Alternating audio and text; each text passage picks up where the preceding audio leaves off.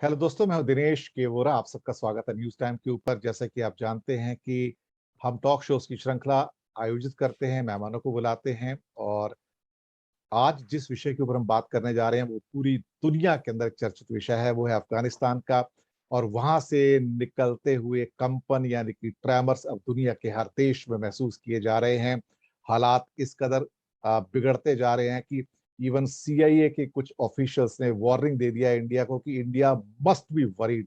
और प्रधानमंत्री भी सुनने में आया है मोदी जी की वो जा रहे हैं अमेरिका की यात्रा पर, शायद 23 या 24 सितंबर को। घटनाएं बहुत तेजी से घट रही हैं। घटनाक्रम प्रतिदिन सुबह और शाम के अंदर बदल रहा है। कुछ अफगानिस्तान से, काबुल से ऐसी खबरें भी आ रही हैं कि जिसके अंतर्गत आईएसआई चीफ फैज हमीद भी वहां पहुंच गए हैं। अ, ये पहेलियां जो हैं और उलझती जा रही हैं। ये कैसे सुलझ सकती हैं? अल्टीमेटली जो लेटेस्ट डेवलपमेंट हो रहे हैं, वो किस तरफ इशारा कर रहे हैं? हमारे लिए, भारत के लिए उसके क्या परिणाम हो सकते हैं? क्योंकि अगर सीआईए कहता है कि भारत को चिंतित होने की आवश्यकता है, तो उसमें सब्सटेंस तो होगा ही होगा। इन्हीं बातों के ऊपर बात करने के लिए आज हमारे साथ हैं भूतपूर्व इंडियन फॉरेन सर्विस के ऑफिसर, एम्बेसडर यानी कि हमारे राजदूत श्री केतन शुक्ला जी। सर, स्वागत है आपका। नमस्कार। शुक्रिया आपका इसलिए कि आपने कीमती समय निकाला और आप दूसरे मुल्क में इस समय हैं, तो समय को एडजस्ट करना थोड़ा सा मुश्किल हो जाता है, लेकिन फिर भी आपका बहुत बहुत आभार। केतन शुक्ला जी, हालात थोड़े बिगड़ते हुए नजर आ रहे हैं।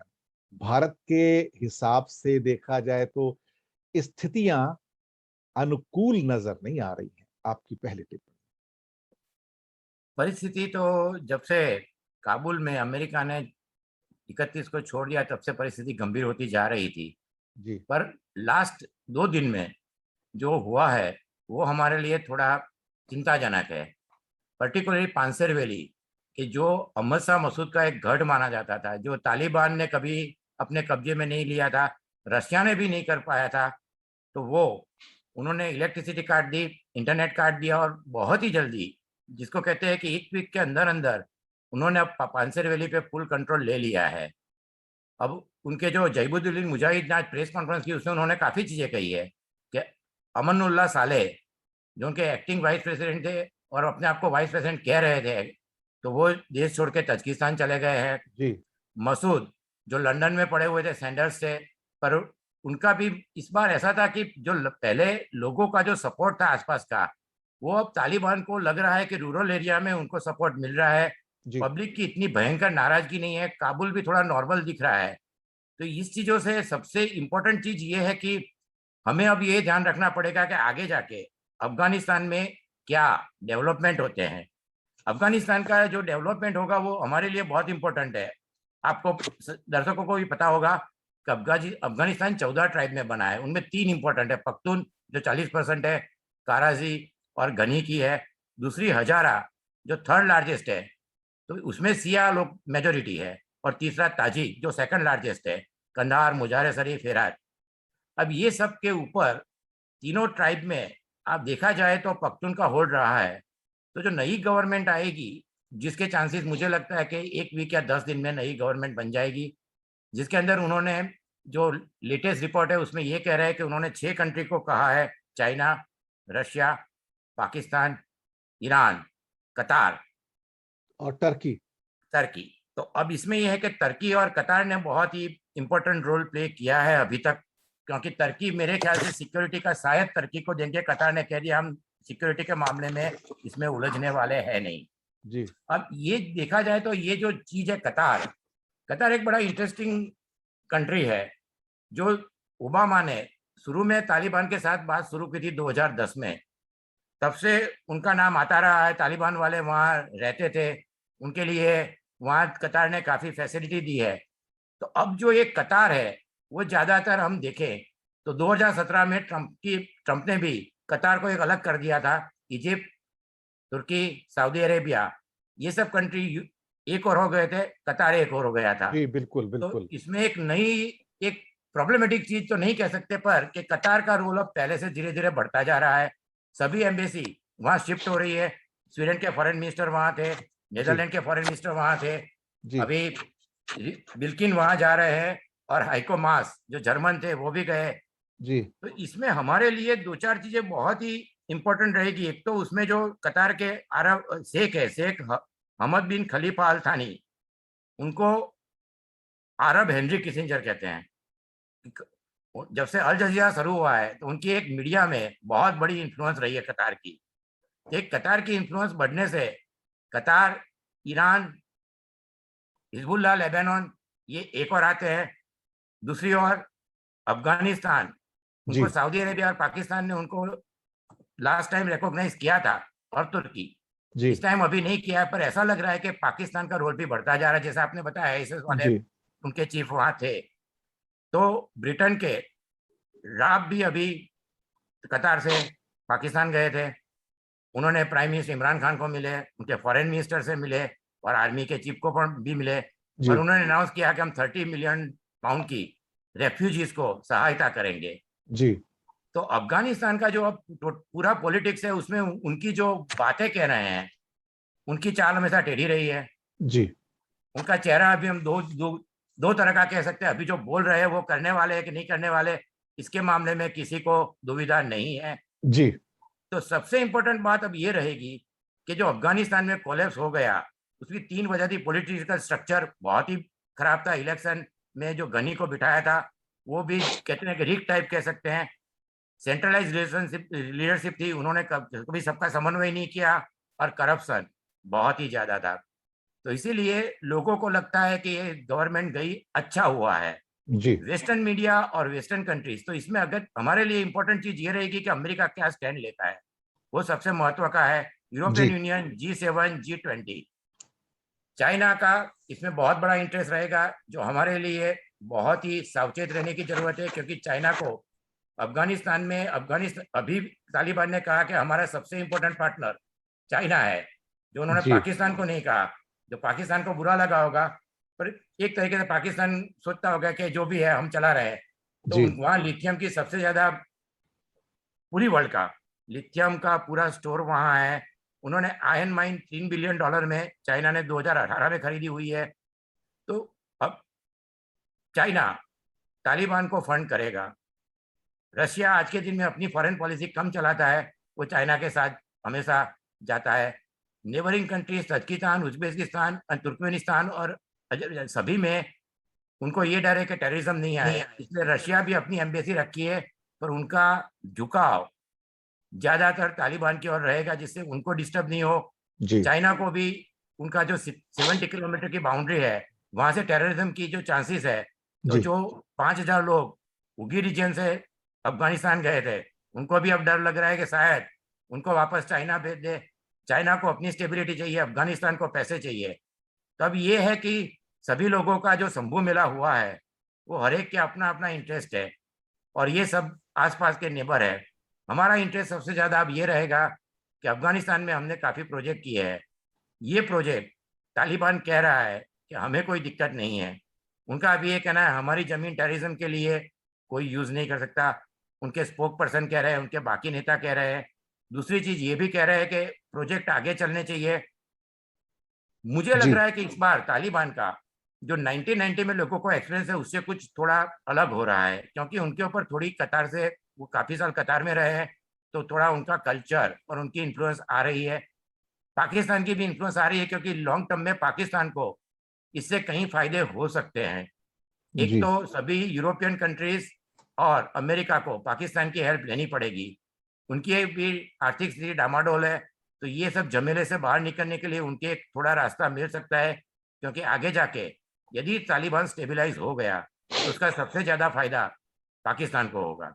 बिल्कुल बाद में सही कहा आपने, बिल्कुल सही कहा। इसमें एक चीज निकलती है कि पाकिस्तान को एक स्ट्रेटेजिक डेप्थ चाहिए था, वो तो मिला लगता है अभी। इसमें तो कोई शक वाली बात नहीं है।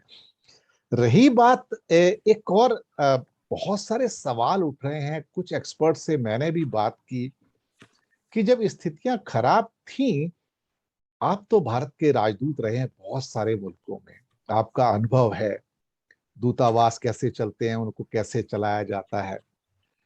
क्या जब चाइना ने अपना दूतावास अमेंडन नहीं किया, रशिया ने नहीं किया, क्या भारत को ये सवाल उठ रहे हैं कि भारत को अपना दूतावास बिल्कुल खाली करना चाहिए था और एम्बेसडर को वापस बुलाना चाहिए था? या अगर वो वहां रहते तो शायद चीजों को जमीन पर कुछ कोऑर्डिनेट कर पाते ढंग से? इसमें आपका क्या कहना है? आपके अनुभव का क्या कहना नहीं, इसमें यह है कि कंधार हमने पहले ही खाली कर दिया था और काबुल भी हमें खाली करना पड़ता है, क्योंकि अमेरिका का देखिए, यदि एक बहुत बड़ा सुपर पावर है और ग्लोबल पावर कह सकते हैं, उनके 4,000 का स्टाफ था, 15 एकड़ की जमीन थी। पर जो इतना सडनली ये सब हुआ, तो उसमें सिक्योरिटी चाइना और रशिया को तालिबान से पहले से ही एश्योरेंस होगा कि उनको 100% एश्योरेंस होगा कि उनको कुछ होगा नहीं, क्योंकि नहीं तो ब्रिटेन, जर्मनी, अमेरिका जैसे देश भी दूतावास छोड़ते नहीं, क्योंकि अब उनको वापस जाने में 5 से 6 महीने लगेंगे। तो दूतावास तो जो कहते हैं सिक्योरिटी सिचुएशन ध्यान में रख के हमें खाली करना ही पड़ता, क्योंकि अमेरिका जो वहाँ 4,000 का स्टाफ लेके बैठा हुआ था, उनकी भी सभी एसेट थी, CIA ये वो, तो भी उनको जाना पड़ा। पर अब हमारे लिए महत्वपूर्ण क्वेश्चन ये होगा कि हमने पहली मीटिंग तो अभी की, जब हमने लास्ट टाइम डिस्कस किया था, मित्तल साहब के साथ उनकी मीटिंग हुई। उस मीटिंग में हम उनके वहाँ के हेड को मिले हैं। अब आगे हमें जो एक ट्रॉइका की मीटिंग होने वाली है, जो रशिया, चाइना, पाकिस्तान, अमेरिका कर रहे हैं, उसके बाद रशिया ने कहा हम शंघाई कोऑपरेशन में मीटिंग करेंगे। जी। अब हमें कोई ना कोई एवेन्यू से तालिबान के साथ बात तो करनी पड़ेगी, पर उसमें अभी अभी हमारे लिए थोड़ा समय है, क्योंकि जब तक अमेरिका और यूरोपियन यूनियन नहीं करे तब तक अब हमारे लिए क्या कहता है, वेट एंड वॉच की परिस्थिति रहेगी, क्योंकि हमारे पास कार्ड कम है। और तालिबान का जो है, तालिबान इस बार मेरे ख्याल से अच्छी तरह रहेगा, क्योंकि उनका 90% सैलरी पब्लिक सेक्टर का वो अमेरिका देता था और यूरोप का फंडिंग था, उनका 50% फंडिंग था। तो सबसे पहले एक महत्व की चीज हम देखें तो सैटरडे को कतार की पहली एड वाली फ्लाइट काबुल एयरपोर्ट फंक्शनल हो गया। काबुल जी। से हेरात और कंधार की फ्लाइट शुरू हो गई। जी। तो अमेरिका और यूरोप को ये इंटरेस्ट रहेगा कि जो SIVs वहाँ है और जो 1.5-2 लाख लोगों को निकालना है। अभी एक अनकंफर्म न्यूज आ रहा है कि कंधार में एक फ्लाइट है जहाँ अमेरिकन बैठे हुए हैं और फ्लाइट जा नहीं रही है। तो तालिबान के पास एक लीवरेज है कि वो नेगोशिएट करके फंडिंग उनको मिले। तो अमेरिका का इंटरेस्ट ये है कि बिडेन का रेटिंग अभी 36% पे आ गया है, जो 52% था। तो उनको ये सोल्जर SIV को निकालना पड़ेगा, वो अच्छी तरह निकल जाए 3-4 महीने में। तो मुझे लगता है कि सभी फंडिंग करेंगे, क्योंकि चारों ओर से UN और उनकी एजेंसी, बाकी सब लोग भी वेस्टर्न मीडिया में कह रहे हैं कि भाई लोग भूखे मर जाएंगे और विंटर आ रहा है, तालिबान के पास फूड नहीं है, पैसे नहीं है। ये सब चीज़ों की विंटर के पहले यदि ये शुरू नहीं हुई तो अफगानिस्तान में बहुत बड़ी तालिबान के लिए मुसीबत हो सकती है। इसीलिए नवंबर तक 10-15 दिन में गवर्नमेंट बना के तालिबान कुछ ऐसे सिग्नल यूरोप को और अमेरिका को देगा, और बिल्किन भी अभी आ रहे हैं कि एड शुरू कर दो, क्योंकि वहाँ मेडिसिन नहीं है, वहाँ आटा नहीं है, वहाँ कुछ भी नहीं है। तो जो पूरा कंट्री है वो नॉर्थ कोरिया की तरह चलाना अफगानिस्तान में आज के दिन में मुश्किल है, क्योंकि उन्होंने 20 साल तक एक अच्छा तो नहीं कह सकते, पर एक अलग तरीके का, कि जो उनके लिए फिट नहीं था, फिर भी वेस्टर्नाइज उन्होंने कल्चर देखा हुआ है। इसे तालिबान जितनी बने जल्दी एड शुरू कराने की कोशिश करेगा। अमेरिका और यूरोपियन यूनियन से जो पैसे मिल रहे हैं, बाकी सब चीजें, और एयरपोर्ट मेरे ख्याल से बहुत जल्दी शुरू हो सकता है, क्योंकि वहाँ 100 प्लेन रह सके ऐसी। काबुल एयरपोर्ट बहुत ही अच्छा है, सिक्योरिटी के लिए ISI के नहीं करे, इसलिए अभी मुझे लगता है टेररिज्म और उसमें तालिबान 5-6 महीने तक कुछ ज्यादा प्रॉब्लम खड़ा नहीं करेगा। पर हमें हमेशा सावचेत रहना चाहिए, क्योंकि ये सब चीजें 4-5 साल की या 10 साल की आप सोच के रखो, तो ही विदेश नीति का एक स्टैंडर्ड रूल है। आप 20 साल का आगे सोच के रहो तो ही आप सक्सेसफुल होंगे। रिएक्शनरी विदेश नीति आप देखोगे कि जर्मनी, तो वहाँ कोई भी चांसलर आया पर जर्मन यूनिफिकेशन उनको करना था, 2000 की जगह 1990 में हो गया। एक विदेश नीति में सबसे बड़ा अमेरिका का भी ज्यादातर ये रहा है, जो बिडेन कह रहे हैं वो सही कह रहे हैं, कि हमने यहाँ वहाँ लड़ने से $3 ट्रिलियन खराब करने के 2400 सोल्जर मर गए, 60,000 अफगान मर गए। ये करने की जगह देश को विदेश नीति में सबसे इंपॉर्टेंट इकोनॉमिक पावर, सेल्फ आत्मनिर्भरता जो कहते हैं, डिफेंस में पर्टिकुलरली, तो ये दो चीजें हमारे लिए बहुत इंपॉर्टेंट रहेगी। बाकी अभी कोई ज्यादा हमें बड़े क्या कहते हैं, we are not in the Russian roulette for the time being, so we can watch it from the outside. अब दो मुद्दे यहाँ पर और निकलते हैं। पहला मुद्दा ये है कि एक बार को हम हो सकता है तालिबान पर यकीन कर लें कि तालिबान 1.0 से 2.0 अलग है, लेकिन इसमें एक बहुत इंपॉर्टेंट डायमेंशन है जिसने मुझे भी चिंता में डाला, वो है हक्कानी नेटवर्क। अब ये हक्कानी ग्रुप जो है ये out and out ISI promoted group है। हम कैसे मान लें कि ये सरकार में आएगा और ये भारत विरोधी गतिविधियों को नहीं बढ़ाएगा या अपने लड़ाकों को कश्मीर में नहीं भेजेगा, क्योंकि जिनको नर्चर इस ढंग से किया गया है और सालों से नहीं डेकेड्स से, उनका डीएनए एकदम से चेंज तो हो नहीं जाएगा और सरकार में आकर तो चेंज नहीं होगा। और आईएसआई उनको वो डीएनए चेंज करने नहीं देगी, क्योंकि आईएसआई को जितना हम लोग भी जानते हैं, जो इतने सालों से, जो क्या कहते हैं कि जो पूंछ टेढ़ी होती है 12 साल के बाद खोलो तो भी टेढ़ी निकलती है, तो ये टेढ़ी पूंछ वाले हैं, तो ये अपनी हरकतों से बाज नहीं आएंगे।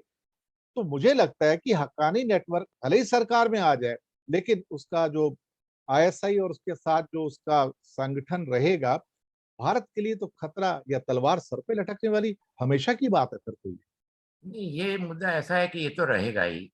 हमें बॉर्डर पे तो बहुत ध्यान रखना पड़ेगा, क्योंकि जो अखुंदजादा उनके पॉलिटिकल, मिलिट्री, रिलीजियस लीडर है, वो केतासुरा के हेड थे। वो अब सुप्रीम लीडर बनने के उनके चांसेस ज़्यादा है। दूसरा, मुल्ला मोहम्मद याकूब जो शायद डिफेंस लेंगे, तो वो उमर के लड़के हैं।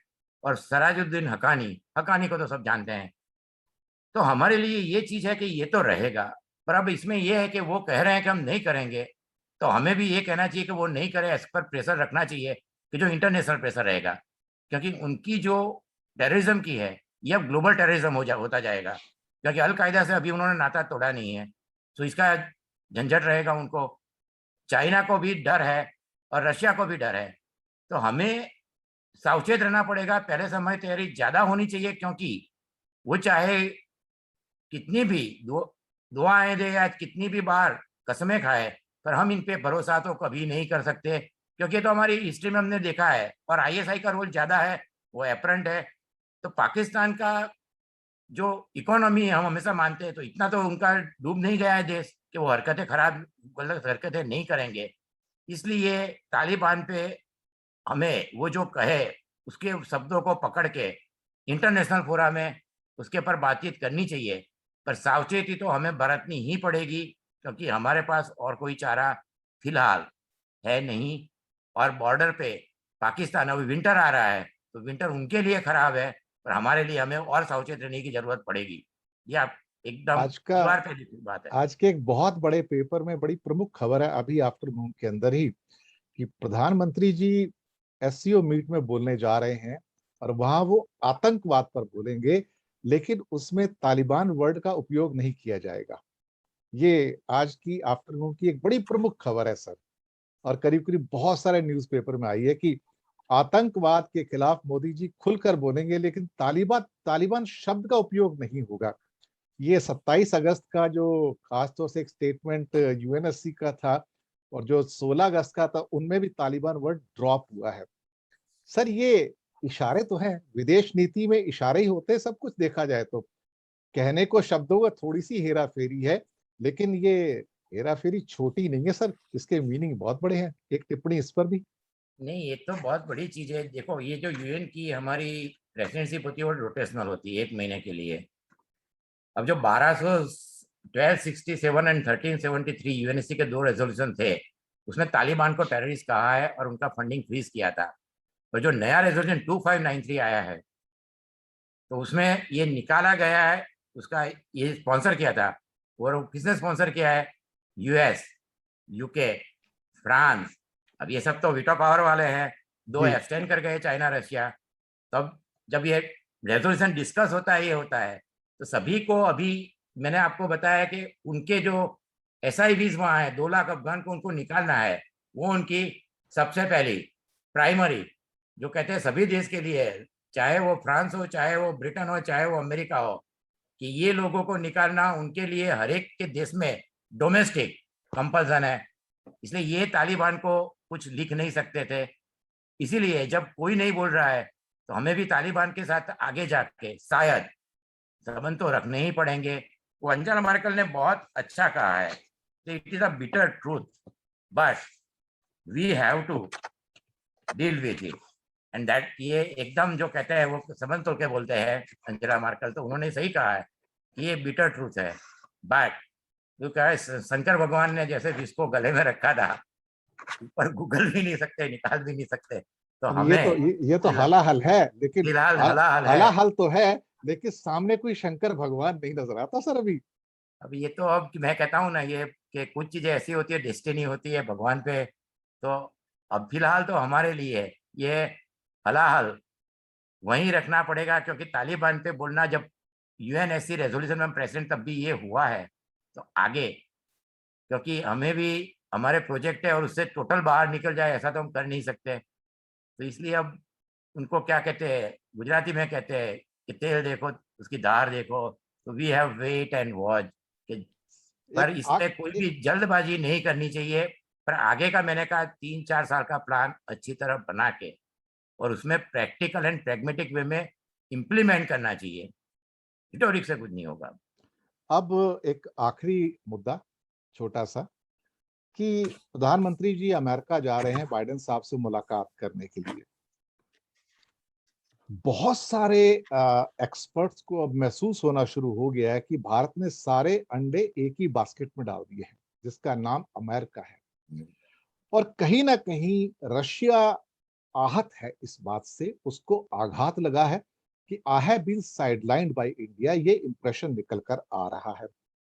और अभी भी जब रशिया ने वोटिंग नहीं किया, खास तौर से यूएनएससी के अंदर एब्सटेन किया है चाइना के साथ, वो भी एक इंडिया के लिए इशारा था कि हम किसकी ओर जा रहे हैं। उसके बावजूद भी मैं एक सूत्र का नाम नहीं बताऊंगा, लेकिन बड़े एक्सपर्ट्स हैं, वो भी विदेश नीति के बड़े एक्सपर्ट हैं, उनका कहना था कि बेहतर होता कि अगर प्रधानमंत्री जी अपनी यात्रा रशिया की करके पुतिन से मुलाकात करते तो कुछ शायद बेहतर रिजल्ट निकलता। अमेरिका में जाके शायद उन्हें कोई रिजल्ट नहीं मिल पाएगा, क्योंकि अमेरिका अपनी नीति ऑलमोस्ट अपने इसमें ऐसा दिमाग है, में स्पष्ट कर एक चुका है। क्या कहते हैं हम, स्टॉकहोम सिंड्रोम जो कहते हैं ना, ऐसा होता है कि जो एक्सपर्ट्स का कई बार रशिया से अच्छा रहता है अमेरिका से।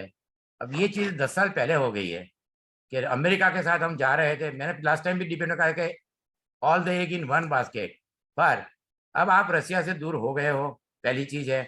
दूसरी, आप अमेरिका साथ हो, दूसरी चीज है। तीसरी चीज ये है कि चाइना और रशिया, रशिया का डिपेंडेंस चाइना पे बहुत बढ़ गया है। वो भी हमें हमेशा याद रखना चाहिए कि 71 में जो था वो 2021 में नहीं है। तो अमेरिका में भी मैं एक चीज बताना चाहता हूँ कि अमेरिका जाना अच्छी बात है, बात भी होगी। पर अमेरिका का मुझे लगता है उनका स्टैंड एक आइजनहोवर का, जो सब कहते हैं बिदेन एफआरडी के है, तो एक आइजनहोवर ने बहुत अच्छा कहा है कि every gun that is made, every warship launch, every rocket fired in the final sales is theft from those who are hungry and not fed, who are cold and not clothed। तो ये Biden ने यही कहा था कि हम अब इस तरह $3 ट्रिलियन खराब किए। उनका $7 ट्रिलियन का पूरा प्रोजेक्ट है, इंफ्रास्ट्रक्चर का 3.5 ट्रिलियन है। तो अमेरिका में भी आप देखोगे तो होमलेस कहीं है, हेल्थ केयर नहीं है। तो अमेरिका का ये होगा स्टैंड कि अब इकोनॉमी ठीक करें, क्योंकि चाइना के साथ कंपटीशन है। तो मुझे लगता है कि अब अमेरिका स्ट्राइक करेगा तो दूर से करेगा, जो रिवोल्यूशनरी मिलिट्री अफेयर में होता है, उनकी एसेट है जो भी, उनका यूज करके। पर कोई ऐसा स्टेटमेंट अब नहीं देंगे जो जिंगोइज्म या नेशनलिज्म टाइप है। तो हमें अमेरिका से कोई बड़े स्टेटमेंट की उम्मीद रखनी, कहेंगे टेररिज्म का दुनिया में सभी जगह नाश करना चाहिए, हम साथ है, वो G7 में भी कहेंगे, G20 में भी कहेंगे। हमारी लड़ाई हमें लड़नी पड़ेगी। और उसका मीनिंग क्या है? उसका मीनिंग यही होता है कि आप हर एक America first, so each country looks after its own interest. और अब ग्लोबलाइजेशन धीरे धीरे थोड़ा कम होता जाएगा कोविड के बाद, इकोनॉमी में भी कहीं बहुत बड़े फेरफार होने वाले हैं। तो ये सब होते हैं तो तब हमें हमारी इकोनॉमी ठीक करनी पड़ेगी और स्टेटमेंट मिलेंगे। पर कोई इसमें मुझे नहीं लगता है कोई बड़ा, जैसे अब ये सब मीटिंग हो रही है बिल्केन और सबकी, ट्रोइका प्लस हो रही है, तो ये सब मीटिंगें होगी, G7 की होगी, यूरोपियन यूनियन नाटो में भी। अभी नाटो में भी नाटो वाले भी बिडेन के अगेंस्ट बोल रहे हैं, तो बिडेन को भी एक तरीके से अच्छा है कि उनको भी ज्यादा खर्च नहीं करना है। सो अब हम सोचे कि एक कंट्री या दो कंट्री बोलेंगे, अब हमें यू का भी ध्यान रखना पड़ेगा, अमेरिका का ध्यान रखना पड़ेगा, रशिया का भी ध्यान रखना, रशिया के साथ भी अच्छे संबंध। अब जो कहते हैं कि सभी मित्र है, पर कौन सच्चा मित्र है, तो आपकी अपनी आत्मनिर्भरता है।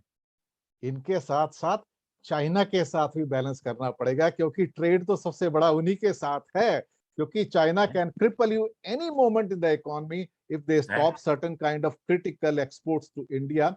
So India will be found wanting, because दुनिया में दुकान तो एक ही है जिसका नाम चाइना है, दूसरी दुकान ही नहीं माल खरीदने के लिए, तो भारत जाएगा कहाँ अल्टीमेटली। और हमारे अंदर अभी इतनी प्रोग्रेस पैदा हुई नहीं है कि हम उन चीजों को या उस ये टेक्नोलॉजी को पैदा एक कर बहुत बड़ा सकें। टॉपिक है, ये टॉपिक कभी डिस्कस करेंगे। चाइना पे डिपेंडेंसी, चाइना पे डिपेंडेंसी पूरी दुनिया की है, पर हमारी बहुत ज्यादा है। तो इसलिए हमें, मैंने कहा ना, आत्मनिर्भर, ये सब चीजों में आपको 5 या 10 साल में अपने आप सब चीजों पे आत्मनिर्भर बनना पड़ेगा, कि उससे सिवा और कोई चारा नहीं है।